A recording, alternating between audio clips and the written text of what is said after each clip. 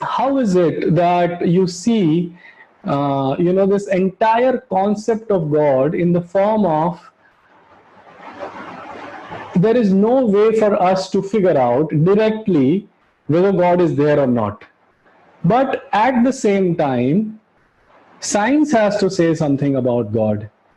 What science has to say is very interesting. Science says that only when something can be tested, something can be reproduced in a lab, for example, only then it falls on the domain of science.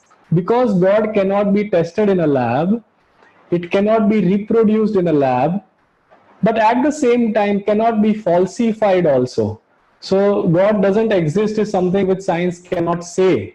And that is why science belongs to the domain where it says that it neither proves God nor disproves God. Another very interesting thing why science cannot come to terms with the concept of God initially is because the perceiver or the observer in science, the one who is doing the experiment, is God himself. So when God is standing out, how can God observe itself? You are looking at yourself in the mirror because there is a distance. It is just like, can you look at your own eyes? You cannot.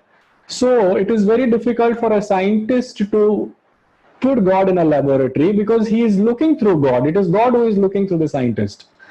And that is why for science, God remains an entity which can neither be proved nor disproved. But having said that, a lot of scientists have made a claim that, like Albert Einstein has himself said, that science without religion and religion without science are incomplete.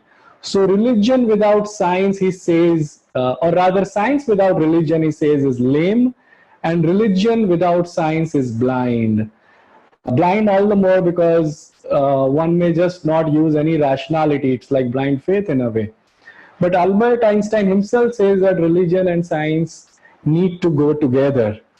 So that is one angle that science has had. And another thing about science, for those who know, please bear with me while we are discussing the academic aspects initially, is that in this entire domain of science, many times there have been theories which are used which got disproved later.